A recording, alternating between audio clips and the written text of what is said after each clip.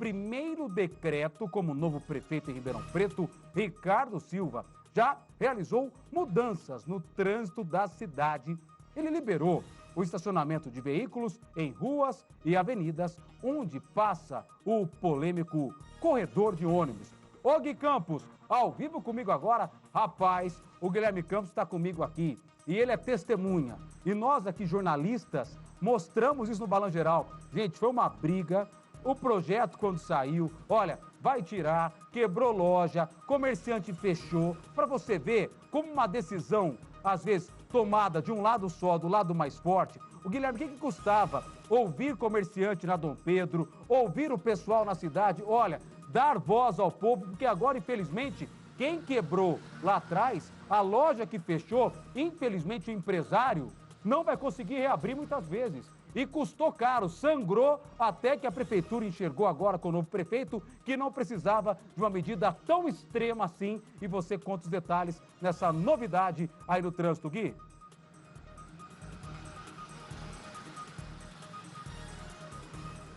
É isso, Valentim. Nós fizemos muitas reportagens sobre isso, né? Os comerciantes reclamavam muito que não tinha mais lugar para parar aqui no centro, né? Foi proibido, né, o estacionamento onde tem corredores de ônibus. A gente fez muitas reportagens sobre isso e não só aqui no centro, Avenida Saudade, Avenida Dom Pedro.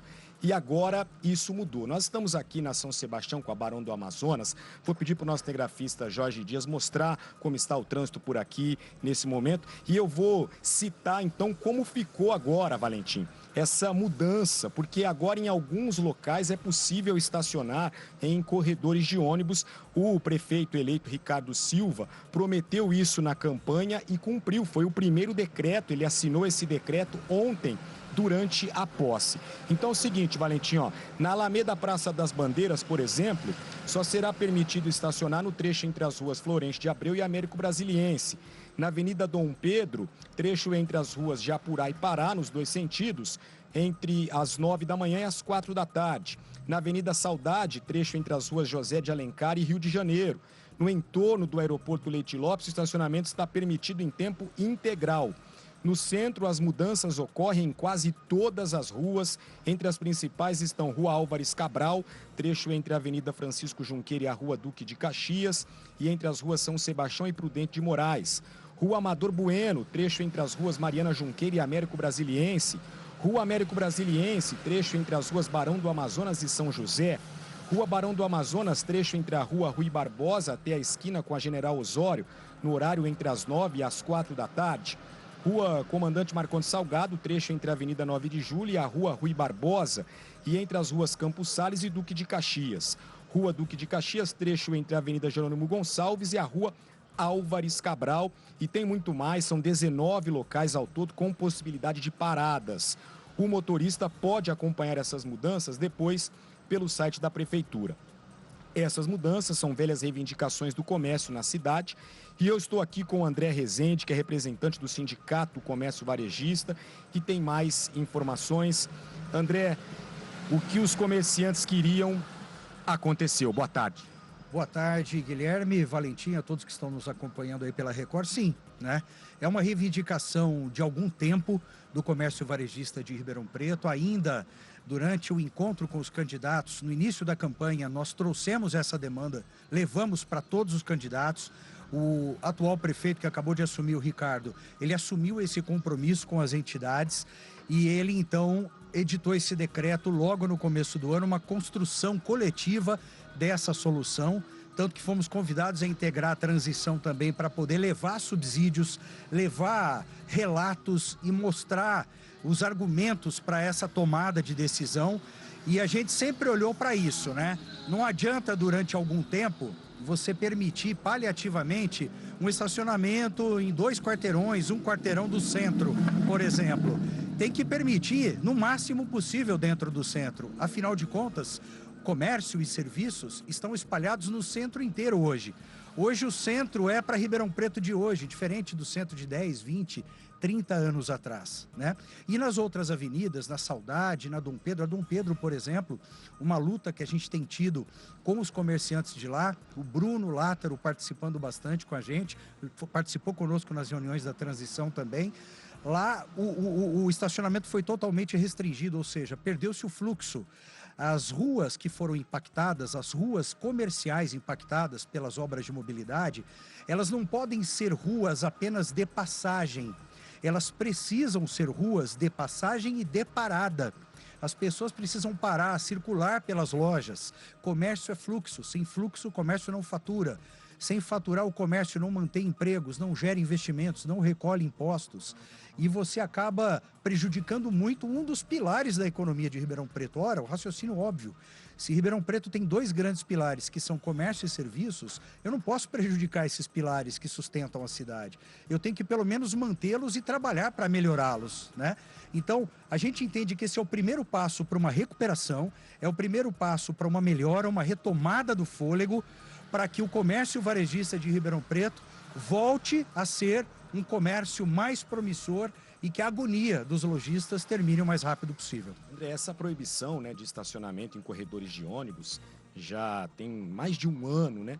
E vocês sempre estavam tentando mudar essa história, mas com a administração anterior não tinha conversa, era assim e ponto final, era proibido ter estacionamento em corredores de ônibus? Olha, tivemos alguns momentos de conversa em soluções assim bem paliativas, mas via de regra, no geral, desde que começou o programa Ribeirão Mobilidade, sempre foi assim, ó, tá aqui, é isso que foi definido, vai ser construído dessa forma. Dito isso, imposto isso, agora vamos ver o que dá para fazer para amenizar e para melhorar.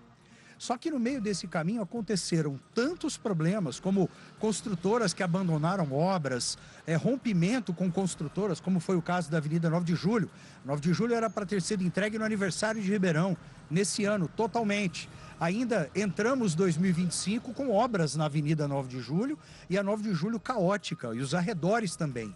Boulevard, esvaziamento da avenida, crescimento da insegurança, muitos imóveis fechados, as pessoas, os consumidores evitando aquela região. Eles não evitam só o quarteirão interditado, acabam evitando a região toda. Mudaram o seu hábito de compra, seu local de compra. Aí vem o próximo grande desafio do comércio dessas áreas, que vai ser o quê? Retomar a clientela, trazer de volta aquele pessoal que comprava ali, tornar um local a ser frequentado de novo por essas pessoas. Então, é muita coisa que se há para fazer ainda, né? A gente entende que é o marco de uma revisão, que é a promessa do atual prefeito, né, que acabou de tomar posse, o marco de uma revisão de todo o programa Ribeirão Mobilidade, com o sentido de que não é de matar a mobilidade, mas de conciliar as necessidades de mobilidade urbana, equilibrar com as atividades do comércio e não algo desequilibrado que estava prejudicando tanto o comércio varejista da cidade. Ao todo são 19 mudanças e vocês vão estar sempre avaliando essas mudanças, né?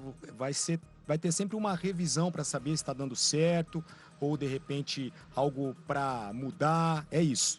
Desde o começo, a proposta para todos os candidatos na campanha era de fazer um governo conjunto com as entidades da sociedade civil organizada, entre elas o Sincovarp, a CDL, senhores, o Sindicato de Hotéis, Bares e Restaurantes, enfim, todas, para que participassem desse processo, do que diz respeito à economia, comércio, serviços, a base de sustentação da nossa gente, da nossa população.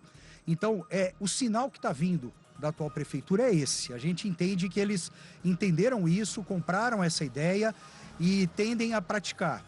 Nós vamos sempre estar à disposição e vamos sempre insistir para que isso aconteça. Insistir, o que quer dizer insistir, né? Vamos bater na tecla e vamos ficar ali, em cima, que é o papel da sociedade civil organizada.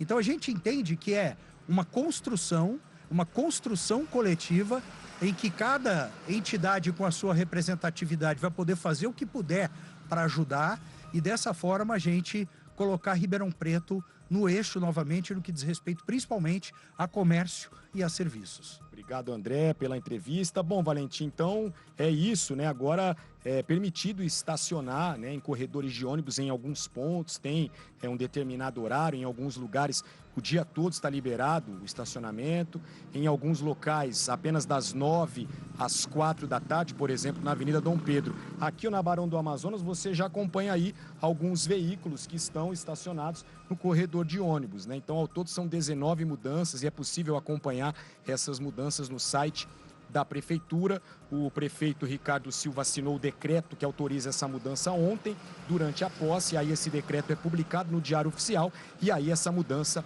passa a valer. Eu volto com você, Valentim. Muito obrigado, nosso Guilherme Campos. Agradeço o André também, falando muito bem, trazendo todos os detalhes. E olha, não é questão de partido A ou partido B, é questão de ser imparcial. Nesse ponto, está de parabéns o prefeito Ricardo Silva, que logo no primeiro dia útil, né, dele já assinando, no primeiro dia, ele já assinou ali o decreto e hoje, primeiro dia útil, o comércio ainda voltando, ele já libera de novo essas vagas de estacionamento. O programa Ribeirão Mobilidade, só para encerrar, é aquela história, funciona muito bem no papel, né? Mas na hora que você colocou na prática, não funcionou. E o pior, não sou eu que estou falando não, é o próprio pessoal do sindicato, né? Foi enfiado goela abaixo dos comerciantes. Não tem aquela história de democracia, é monarquia, é o rei que manda? Não, na democracia é diferente. Faltou conversa, faltou diálogo. Por mais que você tenha engenheiros, pessoas que se formaram em grandes universidades do Brasil e do mundo, você tem que ouvir a sabedoria popular, tem que entender o que funciona na porta da loja de cada um. Infelizmente a prefeitura não fez isso e isso custou caro para muita gente. Foi revertido? Foi, mas muitos comerciantes ficaram no caminho e as portas fecharam. E agora, hein? O ex-prefeito, vida que segue, né? Os ex-secretários, os fundadores, os idealizadores do tal Ribeirão Mobilidade. Mas e agora? Os comerciantes que quebraram lá atrás, quando vocês proibiram parar o carro do cliente na porta dele, né? Infelizmente, eu não consigo entender esse tipo de política, né? Que manda quem pode, obedece quem tem juízo, tá bom?